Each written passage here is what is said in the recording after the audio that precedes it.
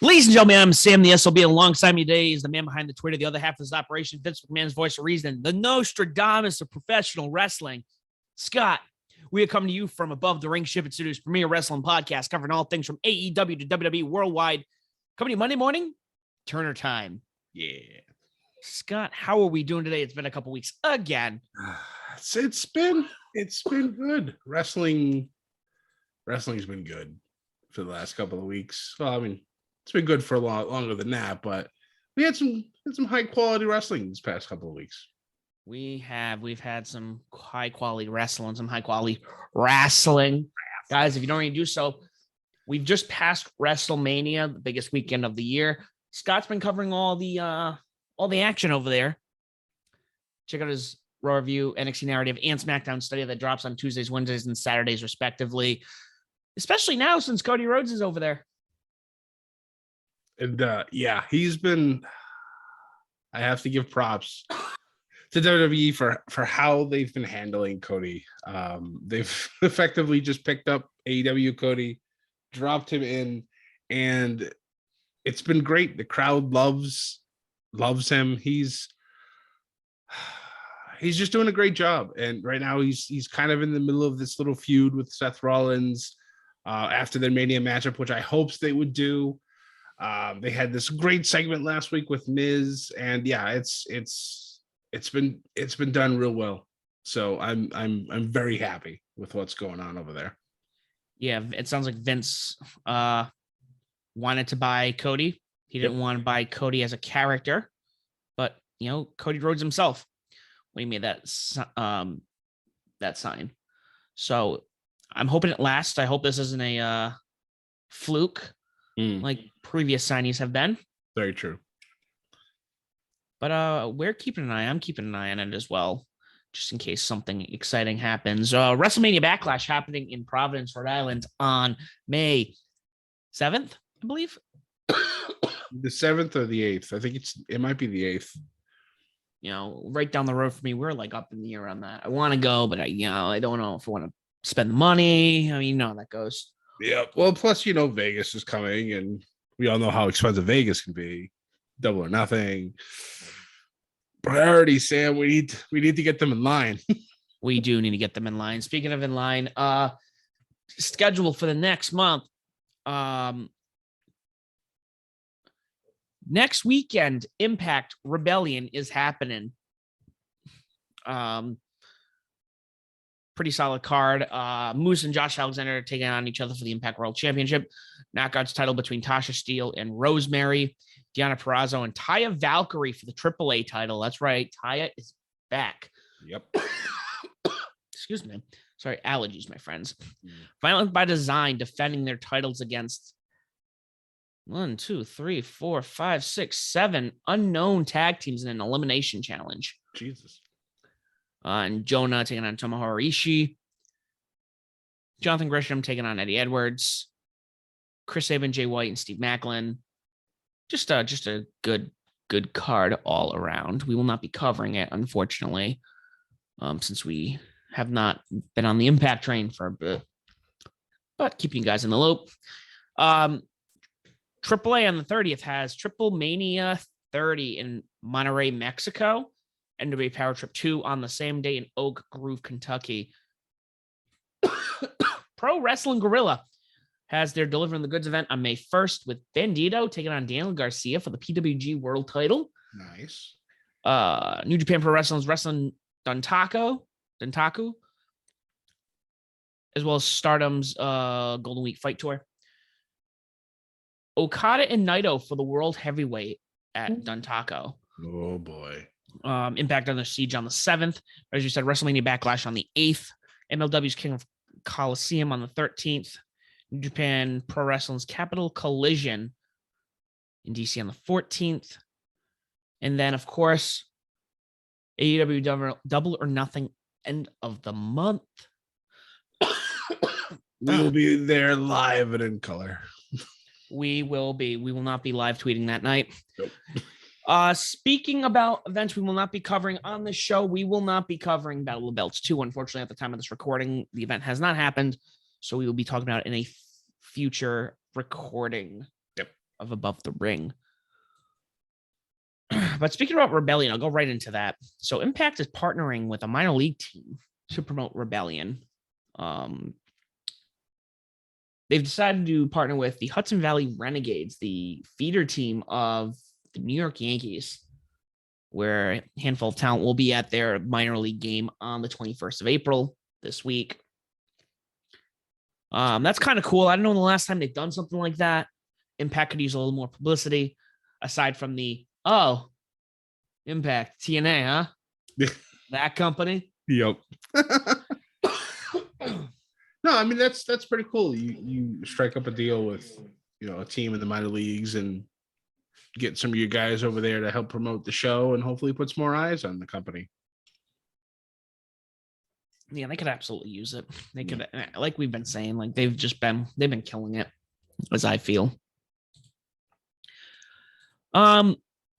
A couple of signee. I'll stick with one signee and one potential. So Juice Robinson announced that at the end of April, his New Japan contract is expiring and he will not be renewing. He is no longer working with the company after that date.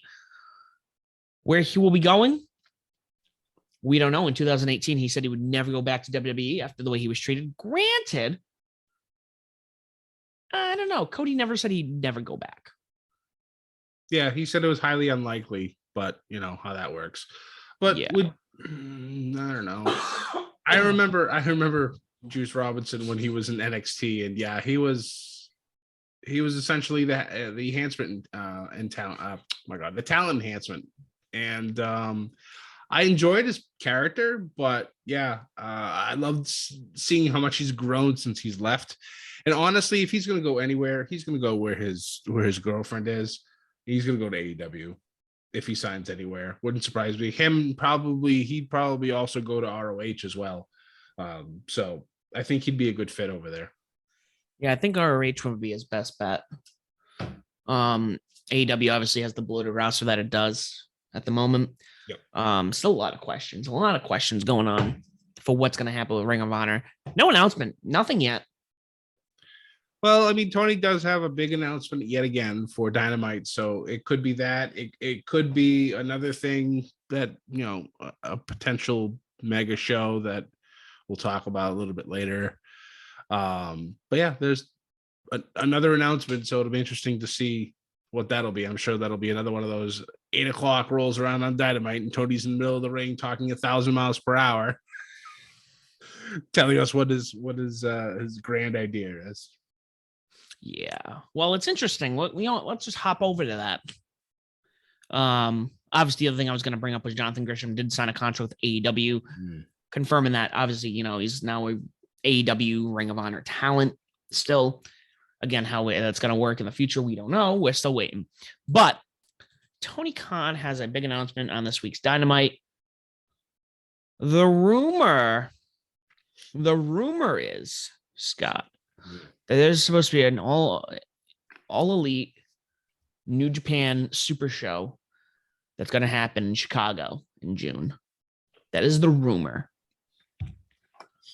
If that ends up being the case, that's huge. That is humongous. Especially since when AEW started, I believe the people who were running New Japan at the time said they had no desire to work with AEW. I believe you are correct. The fact that we're going to be doing this is a big deal. Yeah. Especially since right now their champion is Okada. Just need that coin drop. That's all we need. Either I sell this house or I burn it down. One of the two, Scott. One of the two happens in the night by June. Oh, it's gonna be crazy. Just to see him come out. I mean, we've had members of Chaos. We've had Minoru Suzuki wrestle a handful match. We've had Jay White wrestle.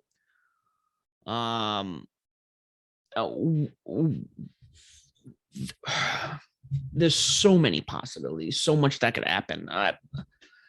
We still don't have the Gorillas. Imagine the Gorillas of Destiny finally coming and taking on the Young Bucks because they've been shit talking to each other for a while. True. I don't know. We could speculate, and that's not even talking about the matches we the dream matches. Hmm. You know, one of the things that he's been pushing, Tony said at the beginning of the year he wanted to see CM Punk and Bryan Danielson wrestle Okada. Oh God. Yeah. Oh man. Imagine that either as 2 one-on-one matches or a triple threat. I wouldn't know what to do. I wouldn't know who to cheer for. If they do a super show, if it is Okada and Danielson, I think for me, technically, that's the match I want. True. Yeah. From a technical side of things. Yeah. For me, Okay. that needs to be longer than a half hour. Oh my God. Yes. They could put on like a Tokyo Dome style fantastic match in like 45 minutes. Hell, give me an hour. I'll take the hour, draw. I don't care. Just to watch these two just beat the ever-living snot out of each other for an hour. Yes, please. Yes. Delicious. Delicious. So, unfortunately, last weekend we were out of commission. Scott and I wanted to talk about a couple of things. I obviously was at the EW show in Boston. Scott had to cover a ETWA show up in northern Vermont. We're gonna leave with your the show you were at, Scott, because the couple things I want to add have to do with this week's Dynamite. Okay. Yeah, so it was once again another time to go up to Newport, Vermont for ETWA and their Spring to the Top 2. It's their second annual event.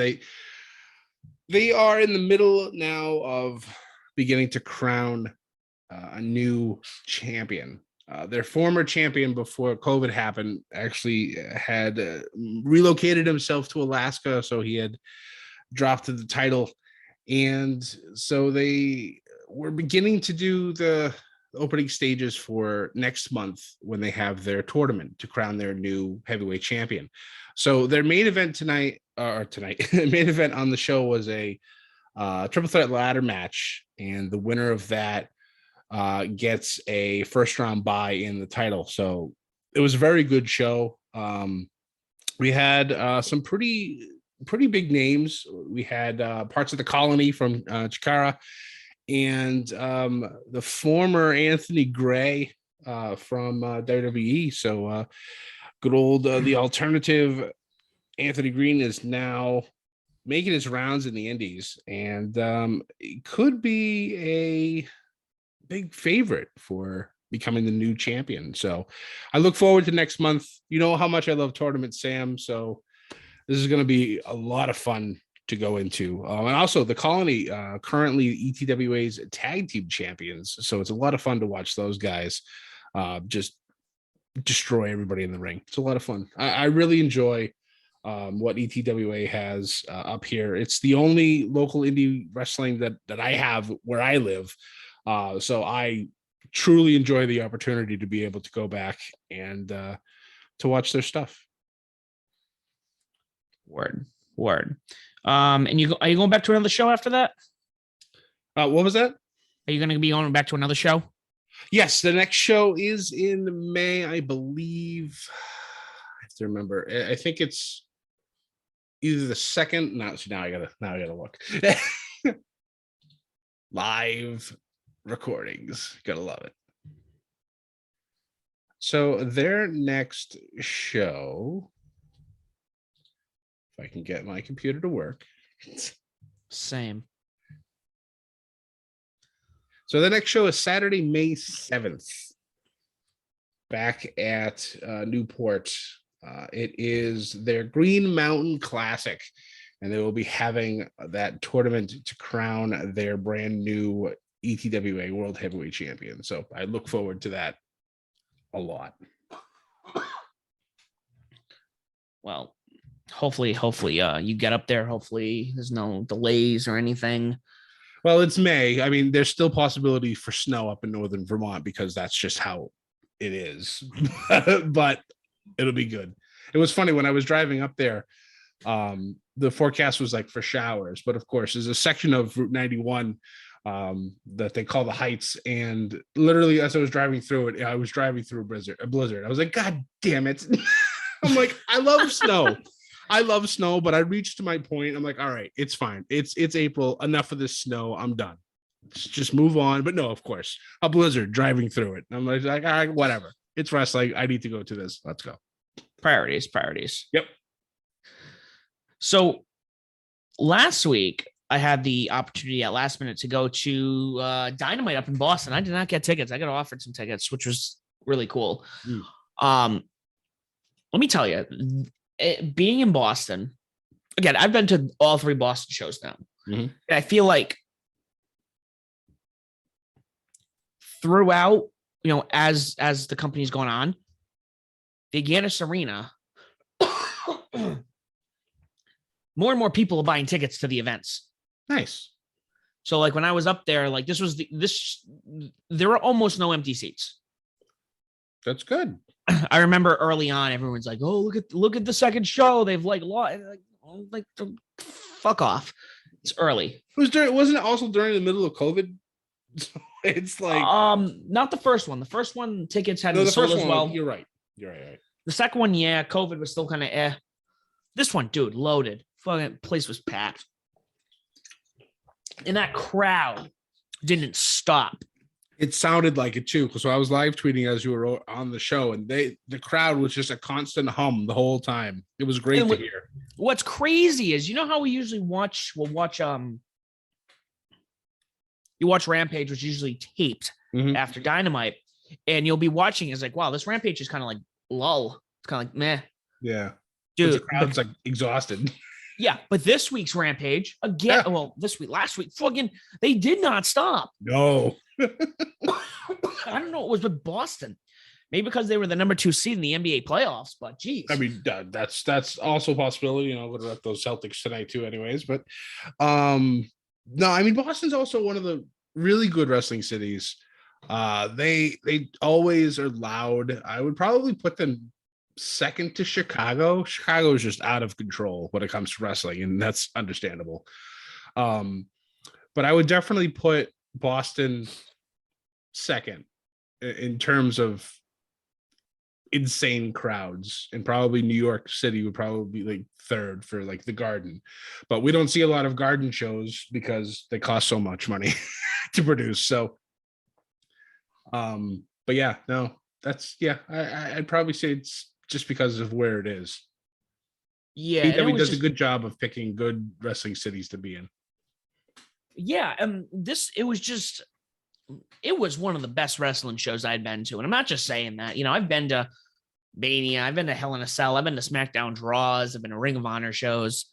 Man, the energy, this crowd did not let up. And I think that was part of it. On top of the fact that the card was like stacked. Yeah, that's true. Like, I'm like, are we watching a pay-per-view? Like some of this card is just like, like when I realized, well, my buddy's like, you want to go? And I'm like, yeah, I'll go. I'm like, whatever. Not really like into it. I'm like, I just didn't have the money. What did I watch that day? It was Saturday. The hell was it? Ring of Honor. Supercard. When I had realized everything that was happening, that they were getting ready to do it, what was happening at Supercard, like, we'll see you on Dynamite this week. I'm like, wait a minute. FTR Bucks 2 is in Boston. Samoa Joe's debuting in Boston. Edge and Adam Cole in Boston. I'm going to see Daniel Bryan and John Moxley wrestle. John Moxley and Wheeler Yuta, which may go down as like a legend. Like that match was legendary. Oh, oh my God. Yeah. That puts Wheeler Yuta on the map like he hasn't been before. Yep. Rightfully so. But it was cool. I mean, Scott, you've been to shows where you're like, they're okay. And then there's other shows you're like, wow, that's wrestling history right there. Yep. That's something that's got to be remembered. Yeah. That Yuta and Moxley match, I believe it was the main event of Rampage. That was holy shit. That was outstanding. Yeah.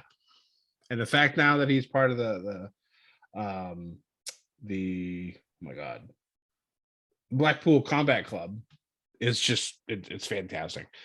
I feel like I don't know. I feel like out of all this, Yuta might be, by the time it's done, might be the biggest one, the biggest member.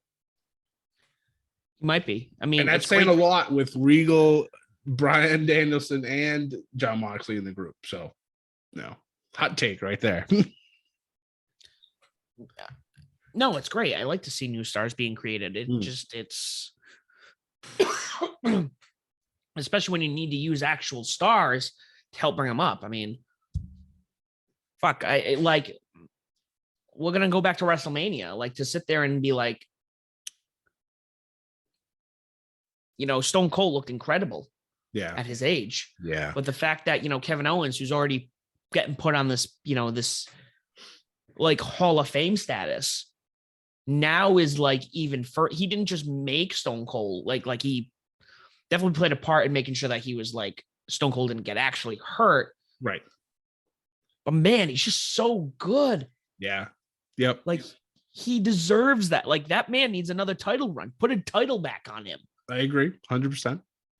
Yeah, he made Austin look like he was pretty much back in his prime, and it was great to see. I did not expect that match to be as good as it was, or I shouldn't say not really a match, but that fight to be as good as it was. It had no business being that good, especially with Stone Cold being out of the ring for 19 years, and then it was real good.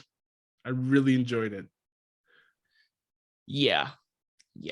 No, it was exciting. It was incredible. But we're gonna get right into Wednesday, guys. Wednesday kicked off with CM Punk taking on Penta Oscuro. Wow, what an opener, right? What an opener. And again, for the most part of this card, New Orleans was on fire. It's another thing to note here, guys.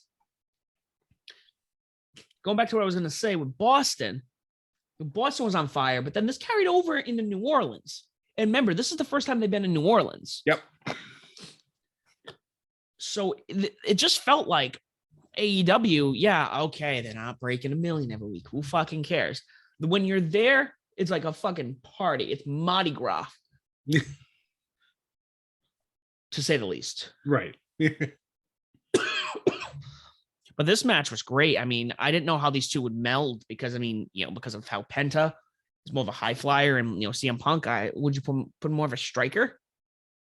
Yeah, definitely a striker. This was done really well. I really liked this. With obviously, I believe Punk getting the win on this. Yep. Following that, again, another great card. We had the tag team titles on the line. Like immediately after that, Jurassic Express taking on Red Dragon. I don't know what to say about this match. These two tag teams, incredible. This might be my match of the week. This was a fantastic match. It really, truly was. And then, of course, like after this match is over, Jurassic Express retains. Red Dragon starts to attack them after the match with chairs, and then freaking FTR comes out to confront Red Dragon, and I'm just like, give it to me. Give it to me. Yeah. Nope. It's gonna happen. It's gonna happen. The FTR is going to end up holding all 3 belts at this point, and it's going to be, oh my God, God bless them. They truly deserve it. They do. Now they need to go over to Japan and wrestle some of those tag teams. Right? When the IWGP over there is like, oh yeah, we'll take the juniors NWA tags. Yeah. Like they're one of the few like I would say they're the tag team I want to have that belt collector status. Yeah. I'm not just saying that to be like, oh, give them all the belts, like literally give them all the belts. Right. All of them. They'll be the Matt Cardonas of the tag team division. I saw recently that Matt Cardona redid the Ultimate Dragon famous photo with him having all like 20 titles, and Cardona did the same thing, and he's got like 7. It's insane. It's amazing. 2 years ago, this man gets released from WWE, and I had always hoped, hopefully he goes out and he has a good indie run, and then maybe somebody picks him up and he keeps going. This man has done more than that. He's just revitalized and reinvented himself, and it's such a pleasure to see. It's yeah. But coming off of that tangent back to FTR, I can definitely see FTR doing the exact same thing, just taking all the titles and just yes. Yeah. So following that, Captain Sean Dean taking on MJF. Man, this guy is getting on a hot streak right now. 3 W's against the Pinnacle. So good. Oh my God. AEW's first ever count out. MJF trying to buy off Remsburg. It's Wardlow. Oh man. Oh my God. His match next week though. Barn burner potential. Oh man. Haas match. The definition of a Haas match next week. Him versus the Butcher. And it's just MJF paying off the AFO so they can use him. And yeah, oh my God, I can't wait for that match. It's going to be so much fun.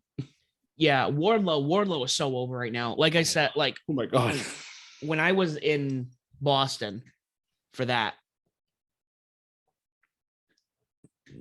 the moment the cameras went to the back, the crowd lit up, and everyone like. So I was sitting on the, if you're facing the stage, left side of the stage. Mm-hmm. So I could see, if I turned to the right, I could see the back door where Wardlow was going to come out of. And I'm like, yep, that there, my friend, that's where he's coming.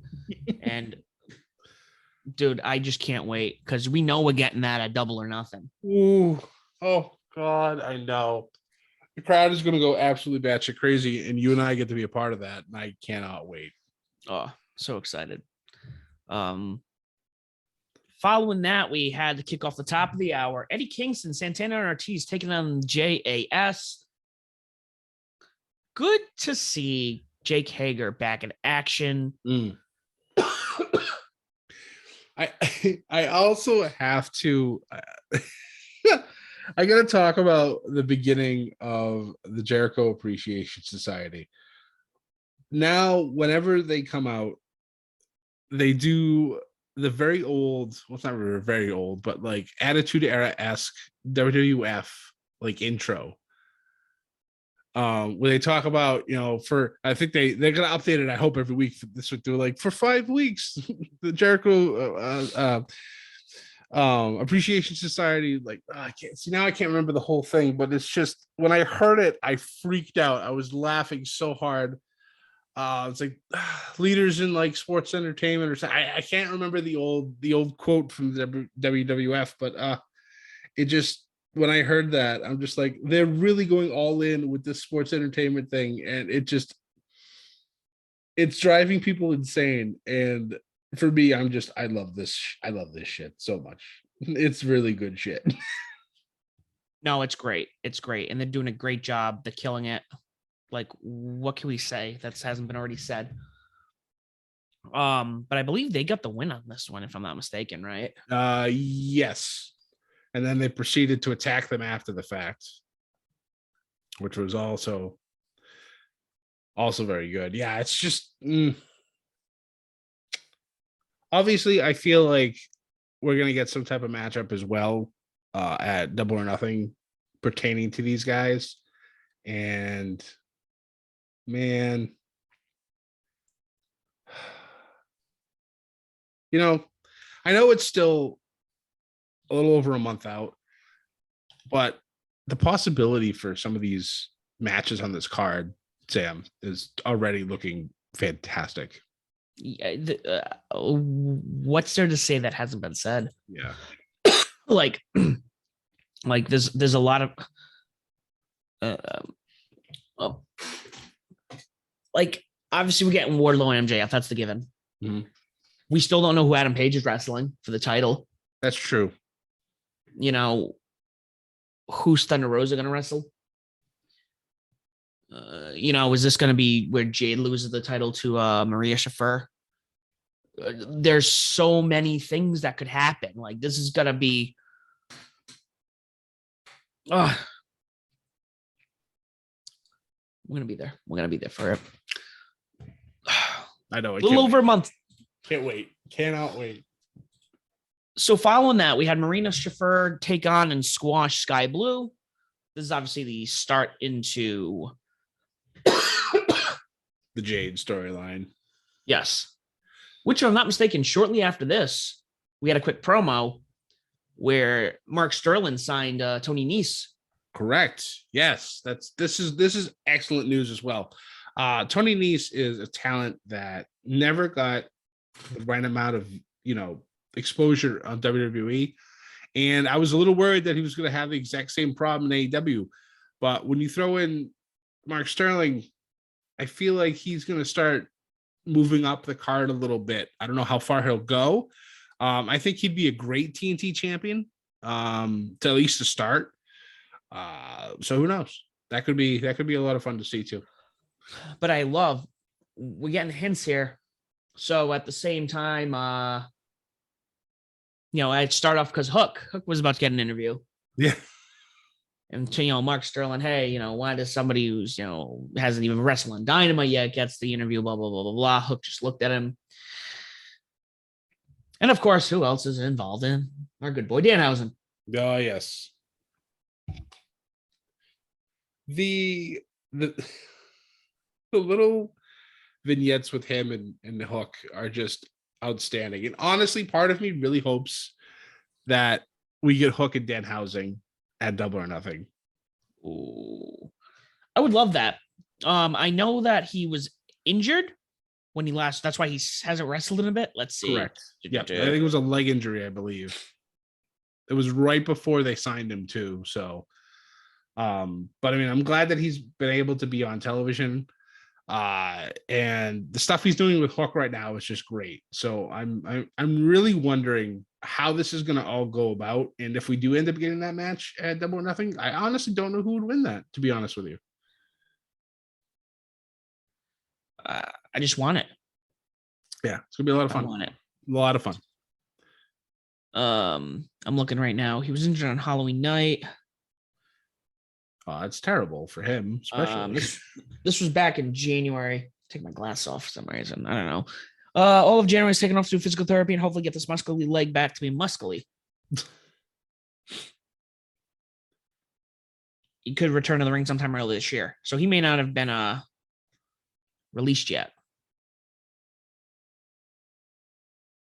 Oh, wait a minute. Another one. March 24th. Recovery's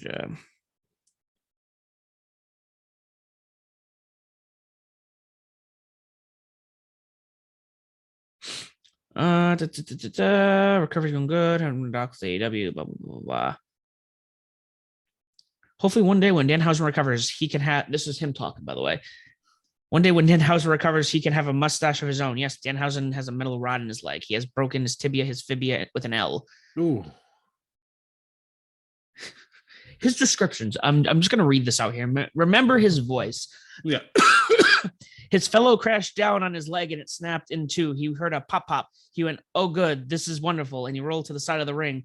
I believe this was the only time Danhausen has sworn publicly. He went to the hospital. That was nice. Now we had surgery a week later, I believe. And now everything in a single week, we were trying to recover it. I think we are getting pretty close. Fingers crossed. It's the only time he's sworn in public. Well, I would too if you broke your tibia and fibula. Oh, Jesus. Oh. So, yes. So hopefully we get to see him soon. Hopefully he debuts at Double or Nothing. That'd be fun, huh? Yeah, I'd be happy with that. That'd be great. Speaking about a banger of a match, Keith Lee, Swerve Strickland took on Team Taz. I don't know who had the louder part, Ricky Starks or Keith Lee here.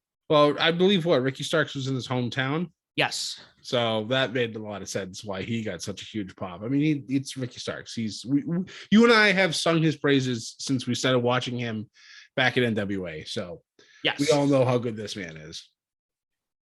Yes. No, it's great. It's wonderful. He ended up getting the pin, if I'm not mistaken, on Swerve. Mm-hmm. But I have a feeling that we're gonna have two of these men wrestling at Double or Nothing. One of them being Keith Lee. Absolutely convinced at this point. Needs to happen. And not in the battle royal. Like, he needs to be a 1-on-1 match. Just yes. Agreed. So let's talk about the main event here. Oh my God. Your chest ready for this? Oh, the pain has returned. Ring of Honor World Television Championship match. Samoa Joe taking on Minoru Suzuki. Another cool thing that I got to see when I was in Boston as well is for both main events, they've been Ring of Honor matches. They brought in the Ring of Honor announcer. Yes.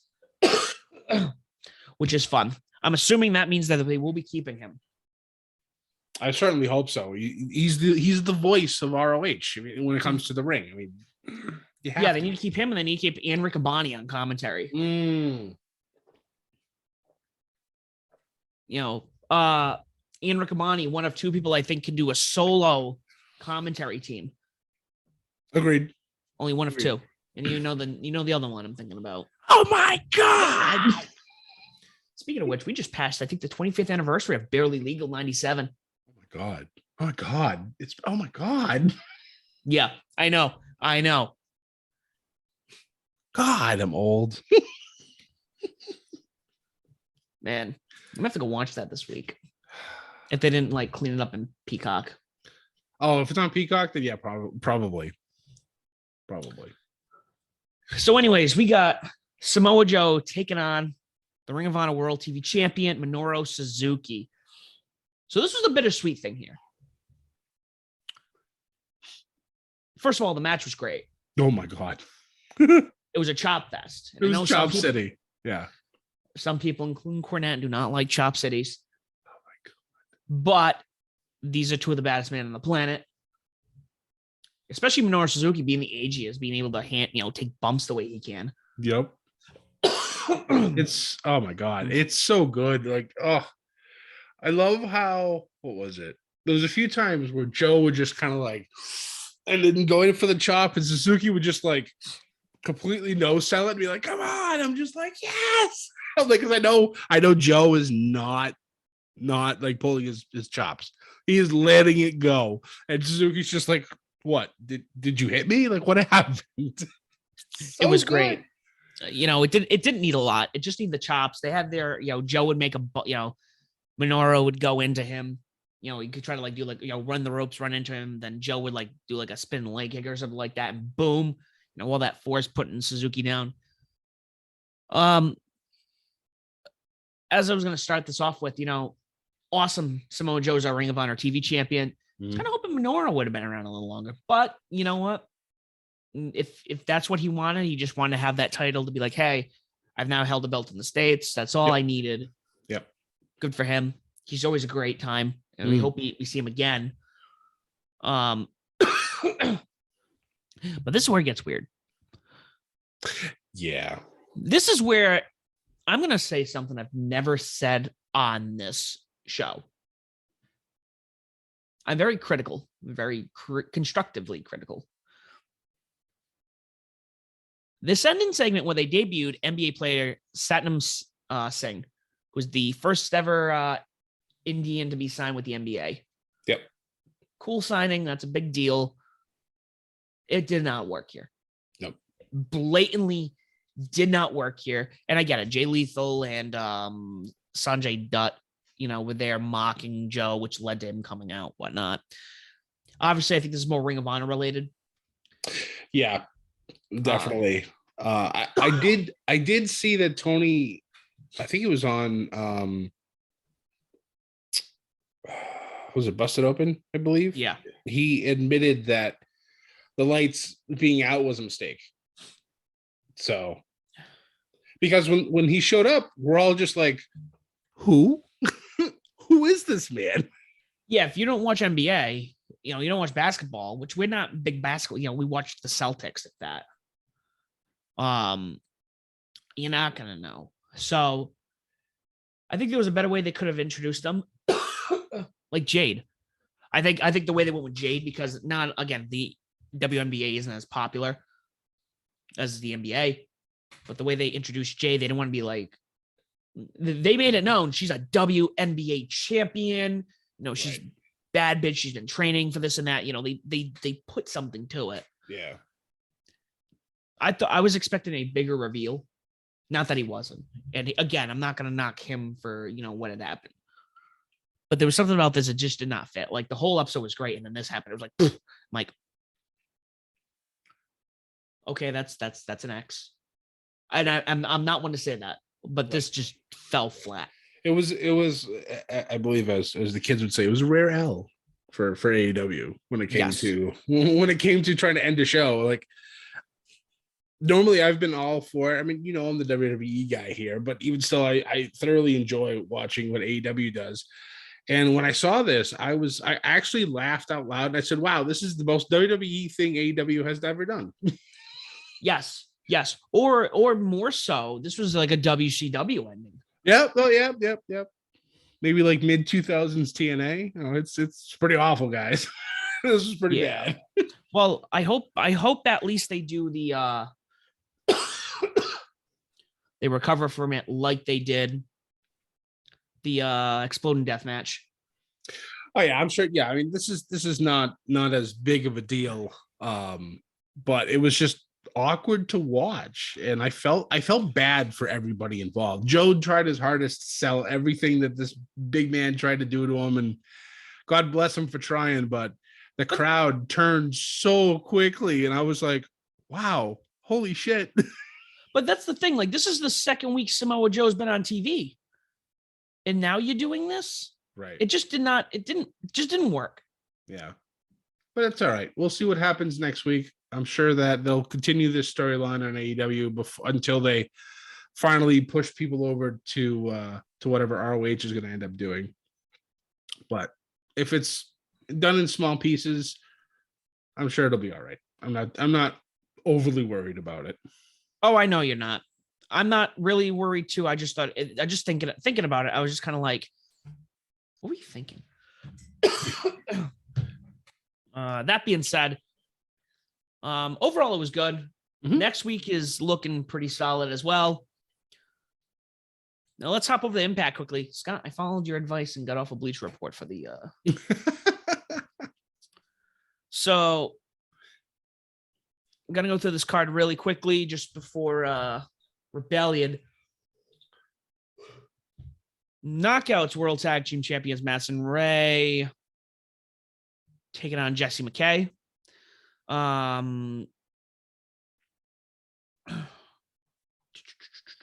Wow, this is another one that just, wow. This still doesn't give me kind of what I need. It does on the bottom. Rain gets the win there. Wait a minute. Yeah, okay, never mind. I'm like looking at this. I'm like, what the hell am I reading? This makes no sense.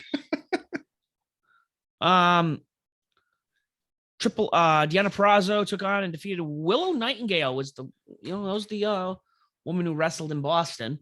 Yep. Against Red Velvet, I think. Yes, for the Owen Hart Invitational. Yes.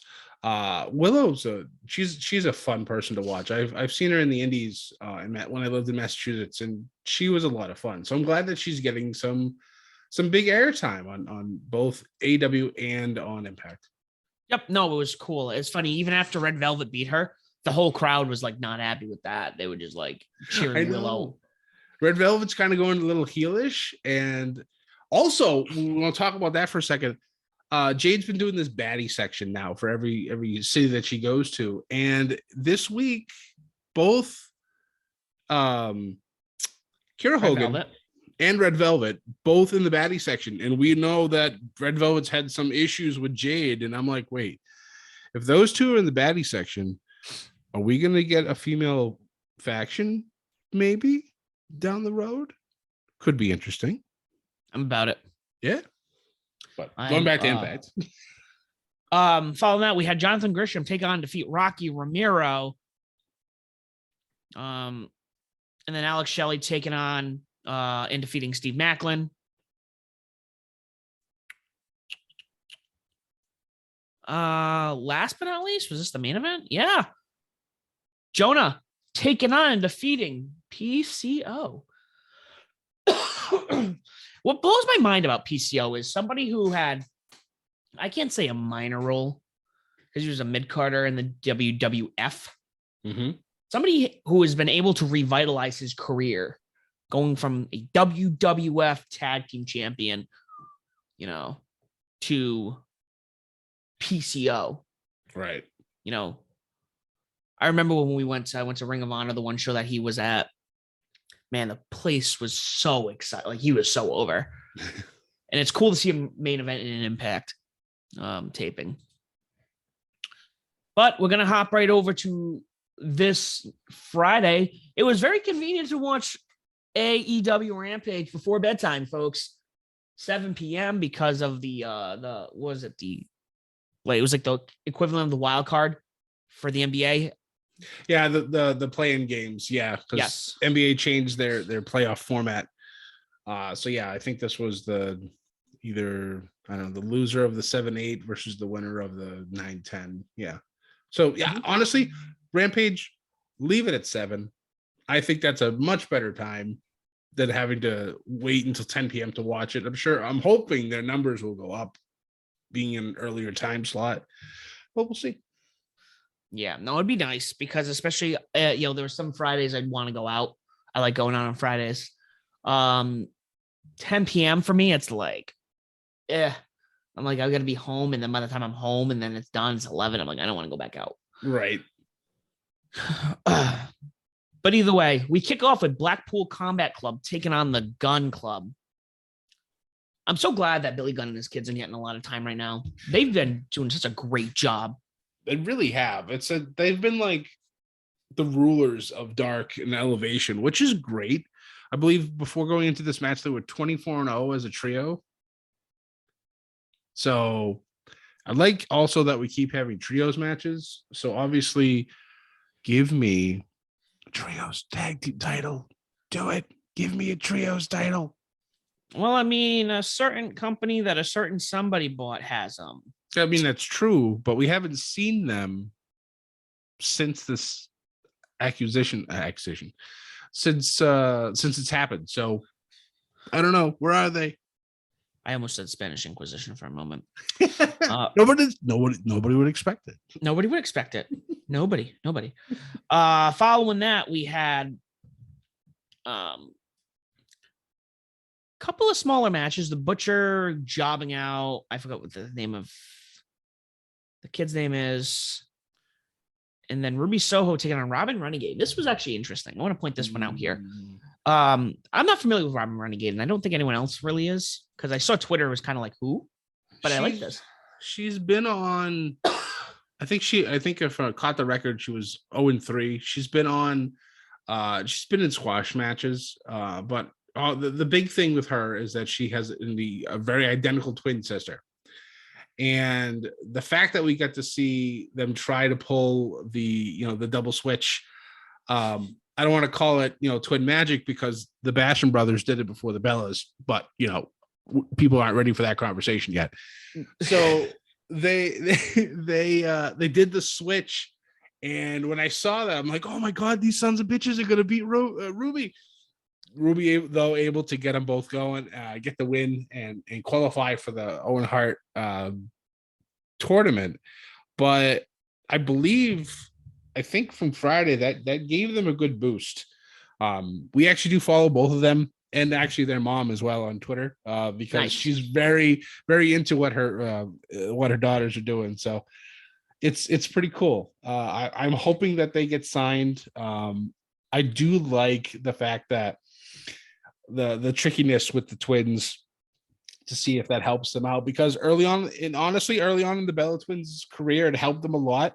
And even with the Bashams, it helped them too. So I think it's a unique opportunity that they have. And of course, I see unique opportunity, my brain immediately goes to Lucha Underground, and those of you who've watched it understand what I'm going with. But Yeah, I think it's a lot of fun. Hopefully that they end up getting signed and continue to work on their craft. They're both very young, I believe. I believe they're both in their, I want to say, early to mid 20s. So they got plenty of time left to go. Yeah, no, I like that. When I saw that, and I'm like, immediately once the switcheroo happened, I'm like, Tony, sign them. Like, now, here's the money. I will front the money for you, Tony. And it's great because the crowd popped for it too. So it's just like, all right, they're into this. It's not just like a dud. So yeah, I'm hoping. No, that would be incredible. And Tony needs Tony, listen to us. Listen to us right now. Throw them in ROH for now. If they want to have ROH be their feeder system, throw them there. Just do it. Agreed. So following that, we had the main event, the Texas Death Match, Battle of the Atoms 2, Adam Cole taking on Adam Page for the AEW title. Now, this is something about halfway through I had realized that they were letting a death match happen before 8 o'clock. Yep. And then I was thinking halfway through, I'm like, geez, they're not going to let this be as bad as they wanted to. Which it was like a lighter death match. It wasn't anything crazy. Yeah, light amounts of blood. It wasn't like crimson faced. The ending though had a bit of controversy, not for what happened, but for what was done. Adam Cole getting the barbed wire crown on Good Friday of all days. I said that before getting dead-eyed through the table. And when it first happened, I'm like, my face was just like, wait, did we know what just happened here? And yeah, Twitter was pretty split on this whole thing. So, but I'm assuming it wasn't intentional. If it was, then oh boy. it was a very interesting spot to happen at the end of this match. Yeah, he did that, and I'm like sitting there. And mind you, my girlfriend, I'm like, she's sitting there watching it with me. I'm like, yeah, you're about to see a death match. She goes, what? I go, yeah, Texas death match. And I told her, I go, oh yeah, only no pinfalls, only submission or knockout. And she's like, oh, I'm like, yeah, buckle up. And when that happened, I was just kind of like, I'm like, on Good Friday. Right? Like, oh my God. Now, I grew up Catholic, and I was just like, I'm not one to be offended, but I was also kind of like, huh, sir, I wonder if that was thought about. Yeah. Yeah, no. It was certainly different. Not different, but certainly an interesting way to finish this off. No, yeah. The match was great. What happens now? I don't know. I feel like for me, that caps off AEW before we go into Double or Nothing. Like, that's going to cap off. Like, now it's story. Now we're going to take everything else and we're going to start layering the matches out. So I would assume that within the next week or two, we will find out who the true challenger for Adam Page will be at Double or Nothing. Mm-hmm. Who that's going to be, I'm not sure yet. I've heard Punk's name thrown around. He is trying to make a case. He's actually going to face Dustin Reynolds next week. So that should be a lot of fun to watch. I believe it's the first. What was it? I read it was the first. This will be the first singles matches ever between the two. They've only been in a trios match against one another, but that was like years ago, like many years ago, like in the 90s. So for them to have their, maybe early 2000s, but even still, for them to have their first ever one-on-one match next week, this should be a lot of fun. It's nice to see Dustin on television too. Yeah, it's good to see him up front, not taking any, his brother leaving personally or whatnot. He's I think since his match with Cody, which is still one of my favorites that the company had, he's had some of his best matches in his career. He's had probably his best run of his career. Correct. Yeah, I agree. AEW. Yep. But folks, that's kind of what we have. It's a quick week, uneventful week at the moment, but we got 6 weeks. 6 weeks till Double or Nothing. Scott and I are looking forward to it. We will be there live covering it. If you guys are there, let us know. We want to start getting people together. Yep. Have a day we can meet up, and whether it be have a drink or whatever, have a good time. Be in Vegas. It'll be Double or Nothing. You guys need to let us know. Also, don't forget, Scott just released a new Catch from Above the Ring. You guys aren't going to want to miss this one. The New Generation, it's called. Scott interviews people who, man, what's the gap on that one?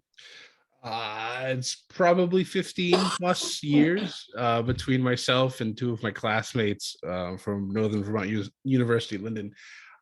We chat WrestleMania, we chat some of the best eras in wrestling and what their thoughts are, being much younger than I am, on the current status of wrestling and sports entertainment. It's a good, fun interview. It's about, I don't know, an hour and 15 minutes long. So go listen to it. I think you'll enjoy it. Yes, guys, I definitely listen to it. It's worth listening to. Please make sure you give it a like, listen, share it, subscribe.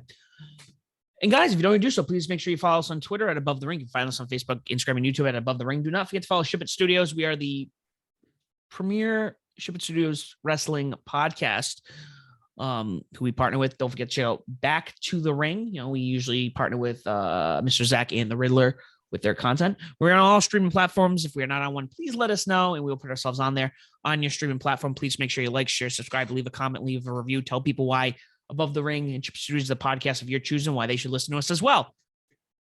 Guys, thank you for listening. It's been a wonderful week in wrestling, as always. Do not forget to ship it. And per usual, do not forget to join the Bedlam.